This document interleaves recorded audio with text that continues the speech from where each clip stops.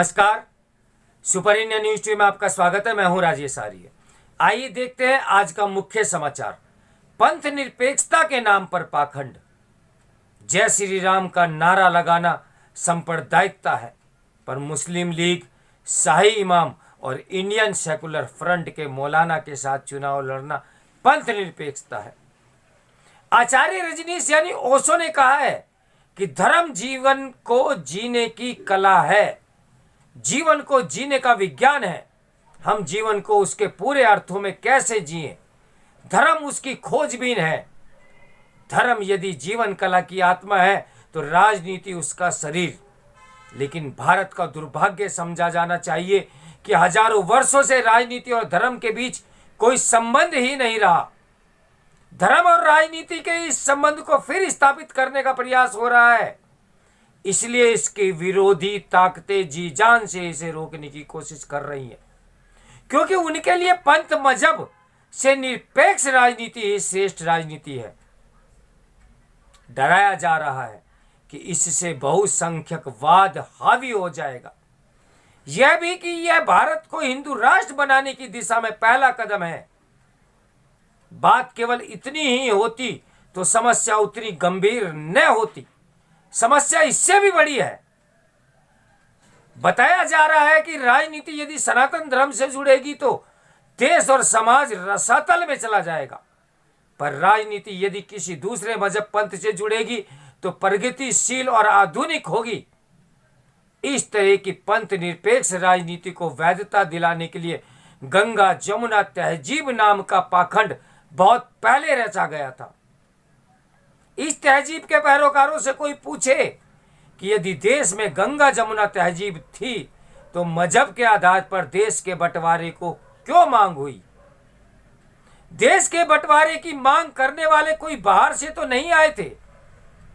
उस समय वह गंगा जमुना तहजीब कहां चली गई थी जब लाखों लोगों का कत्लेआम हुआ? कहते हैं कि अतीत को भूलना नहीं चाहिए, इसलिए नहीं कि बदला लेना है, इसलिए कि फिर उस दौर से न गुजरना पड़े। पर लगता है देश का एक वर्ग अतीत को भूल गया है, इसीलिए उसे दोहराने पर आमादा है। हाल में हरिद्वार में एक धर्म संसद हुई। उसमें साधु वेश में कुछ लोगों ने जो बातें कही उन्हें किसी भी दृष्टि से औचित्यपूर्ण नहीं ठहराया जा सकता। उनकी निंदा भी हुई और देश के कानून के मुताबिक जो कार्रवाई होनी चाहिए थी वह भी हो रही है।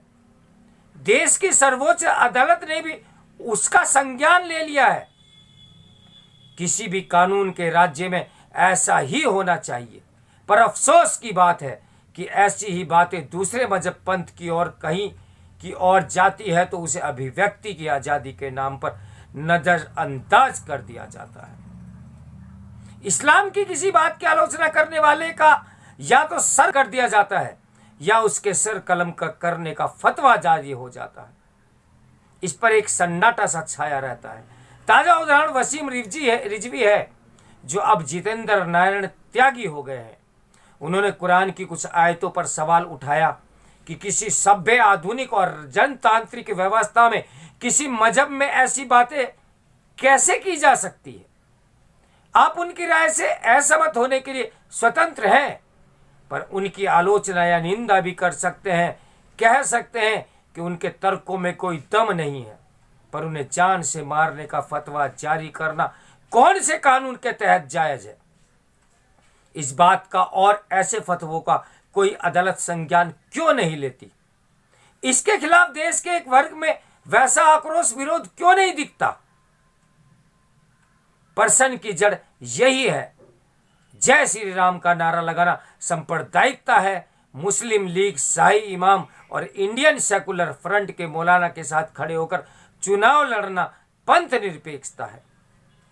मुस्लिम युवाओं को छूट दे दे तो हिंदुओं को छिपने की जगह नहीं मिलेगी, ऐसा कहने वाले तौकीर रजा का कांग्रेस के नेता ऐसे स्वागत करते हैं जैसे कोई खुदाई खिदमतगार आ गया हो।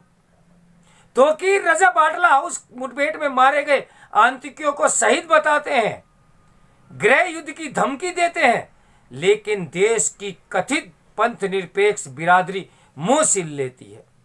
प्रधानमंत्री की बोटी बोटी काटने की धमकी देने वाले को कांग्रेस में पदोन्नति मिलती है तो अखिलेश यादव भी उसे गले लगाने को आतुर नजर आते हैं और अपनी पार्टी में खुशी खुशी ले भी लेते हैं। इन सब बातों में असामान्य कुछ नहीं, इससे शायद गंगा जमुना तहजीब मजबूत होती है। जो मजहबी सोच इंसान को सुसंस्कृत ने बनाकर बर्बर बना दे, उस पर सवाल क्यों नहीं उठना चाहिए। बदलना नहीं, बदलना तो बाद की बात है, चर्चा तो होनी चाहिए। उसके लिए भी कोई तैयार क्यों नहीं है। तो सनातन धर्म के बारे में कुछ भी कहा, बोला, लिखा और किया जा सकता है। क्यों? क्योंकि हमारे शंकराचार्य उन्माद नहीं पैदा करते। वे हत्या के झूठे आरोप में चुपचाप जेल चले जाते हैं और देश सामान्य रूप से चलता रहता है। किसी और मजहब पंथ के किसी अंदरा से व्यक्ति के साथ ऐसा करके तो देखिए। हरिद्वार में जो कुछ हुआ उसके लिए जिम्मेदार लोगों को फांसी पर चढ़ा दीजिए, लेकिन दूसरों से कम सवाल तो पूछिए। पर कोई ऐसे करेगा नहीं, क्योंकि ऐसा करने से कथित पंथ निरपेक्षता खतरे में बढ़ जाएगी। भारत देश में पंथ निरपेक्षता, गैर हिंदुओं की कट्टरता और धर्मार्थता की खाद्य पानी से पलविलित होती है। जिन लोगों ने आज़ादी के बाद देश का राष्ट्रीय विमर्श गढ़ा, उनकी अवधारणा है कि देश में पंथ निरपेक्षता तभी तक सुरक्षित है जब तक गैर हिंदुओं को कट्टर से और कट्टर होने की छूट है। पर सनातन संस्कृति की बात करना भी सांप्रदायिकता मानी जाएगी। समय आ गया है कि भारत के संतों को खड़ा होना चाहिए सनातन की रक्षा के लिए। कौनुप होई हमें का हानि की सोच ने ही हजारों साल गुलाम बनाया। व्यक्ति की जिंदगी, समाज और देश को बदलना है तो अच्छे लोगों के हाथ में सत्ता का होना जरूरी है। पिछले 6 दशकों से ज्यादा का अनुभव बताता है कि हमने क्या खोया, यह कहना ज्यादा सही होगा कि क्या हासिल कर सकते थे। जो नहीं कर पाए, सर्वोत्तम मार्ग चुनना है तो वह सनातन की पुनर्स्थापना के जरिए ही हो सकता है। बात शुरू की थी ओशो के कथन से, उन्हीं के कथन से समाप्त करना चाहता हूं। जीवन को ऊंचा उठाने वाले को भी सिद्धांत है, उन सब सिद्धांतों को इकट्ठा ही नाम धर्म है। इस समाचार के लेखक हैं राजनीतिक विश्लेषक एवं वरिष्ठ स्तंभकार प्रदीप सिंह जी। तो मेरे साथ बने रहिए सुपर इंडिया न्यूज़ टीवी की ब्रेकिंग न्यूज के लिए। नमस्कार, मैं हूं राजेश आर्य।